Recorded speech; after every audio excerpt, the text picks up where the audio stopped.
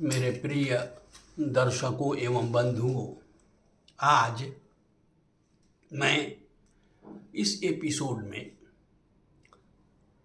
धन संग्रह महाधनवान जो व्यक्ति कर्तव्य करके अरबपति बन जाता है जीरो से, अन्यथा अरबपति भी शून्य हो जाते हैं। तो धन संबंधी महाधनवान योग और दरिद्र योग दोनों के बारे में, महाधनवान योग, दरिद्र योग, खल योग, दैन्य योग। तो दैन्य योग, खल योग और दरिद्र योग ये जब कुंडली के अंतर्गत होते हैं तो जातक पैसे के लिए मुहताज हो जाता है, अथवा धनी भी अपनी पूरी संपत्ति बेचकर दरिद्र हो जाते हैं। हम चार्ट द्वारा इसका विवेचन मैं कर रहा हूं। तो ये चार्ट है और इस चार्ट में ये लग्न है।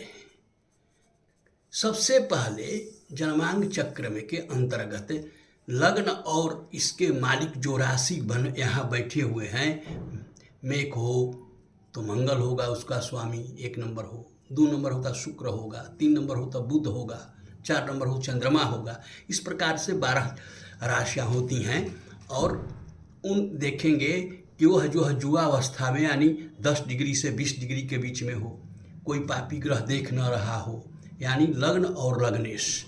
सबसे इम्पोर्टेंट है कि लग्न और लग्नेश मजबूत जब होगा तभी जो है सारे जो है चीज़ हमें प्राप्त होंगे। ये धन भाव जो है, ये जो है धन संग्रह का घर है। धन पैसा जमा करने वाले यानी बैंक बैलेंस जो है, कितना आप अपनी संपत्ति जो है इसमें आप अर्जित कर सकते हैं, ये धन भाव हुआ। और इसके मालिक को हम धनेश कहते हैं। तो सबसे पहले हम खल योग यानी एक तरह का दरिद्र योग होता है। तो ये सबसे इसमें जो है खल योग के बारे में हम विवेचन करने के लिए तीसरा भाव को देखते हैं। तृतीय भाव के मालिक जो राशि है उसके मालिक को हम कहेंगे तृतीयेश। अगर तृतीय भाव का मालिक इसमें बैठा हो लग्न में और लग्न का मालिक इसमें बैठा हो। दूसरा कि अगर तृतीयेश जो है तृतीय मालिक का इसका स्वामी इसमें चतुर्थ भाव में और चतुर्थ भाव का मालिक इसमें बैठे हों, राशि परिवर्तन एक दूसरे के, इसका मालिक इसमें, इसका मालिक पंचम भाव में बैठे हों और पंचम भाव का मालिक इसमें बैठे हों, तृतीय भाव का मालिक सप्तम में बैठा हो और सप्तम का मालिक इसमें बैठा हो, तृतीय का मालिक जो है नवम भाव में बैठा हो और नवम का मालिक इसमें बैठा हो, तृतीय भाव का मालिक दसम भाव में बैठे हों और दसम भाव का मालिक तृतीय में बैठा हो, तृतीय भाव का मालिक आयस घर में, आय का घर है, इसमें बैठा हो और आयस इसमें बैठे हों, तब खल योग होता है। कभी भी आपके पास जितनी संपत्ति हो, सारा गाड़ी हो, घर हो, सब बिक जाएगा और व्यक्ति एक तरह से दरिद्र हो जाता है। और दूसरा सूत्र है दरिद्र योग को, उसको खल योग कहते हैं।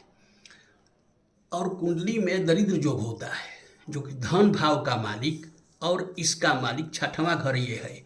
छठवां घर के मालिक का जब परस्पर संबंध हो, यानी इसका मालिक जो है इसमें बैठे हों अथवा इसमें बैठे हों, यानी दोनों का मालिक यहाँ एक जगह बैठ जाए और किसी भी ग्रहों की क्रूर दृष्टि हो अथवा न हो तो पर भी दरिद्र योग बन जाता है।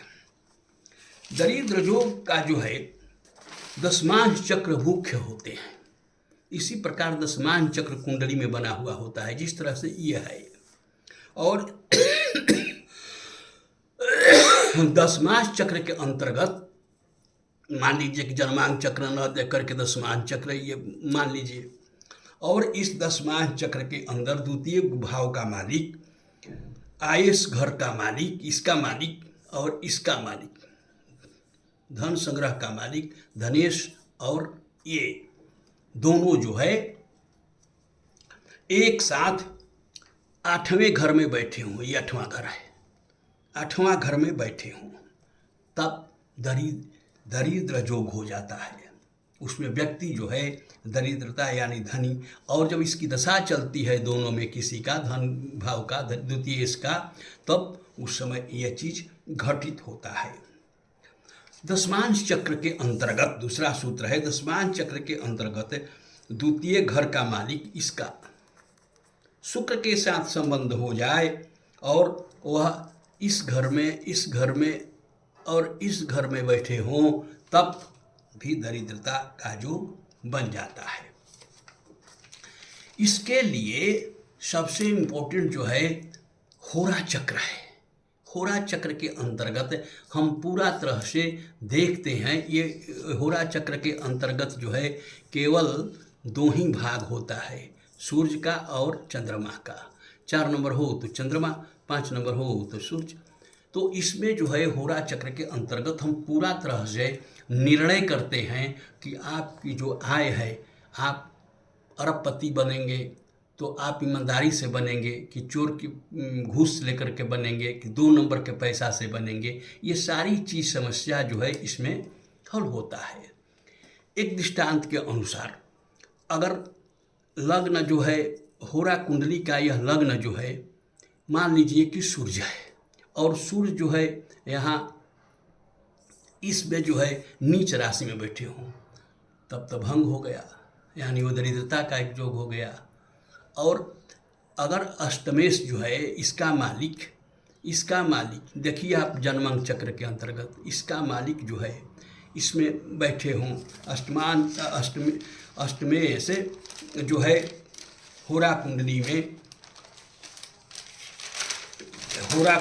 अंतर्गत जो है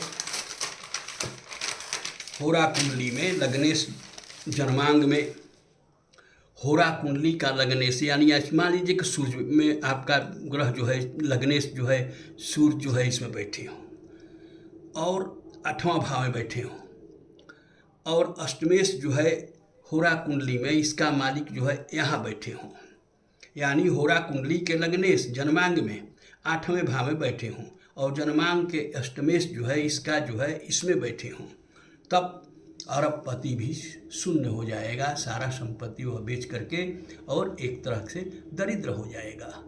तो आज इस एपिसोड के अंतर्गत दरिद्र जोग, खल जोग व्यक्ति जो है कैसे हो जाता है, पूरा विवरण जो है होरा चक्र के अंतर्गत हम देखते हैं। तो आज इन्हीं शब्दों के साथ मैं अपनी वाणी को यहीं विराम दे रहा हूँ। नमस्कार।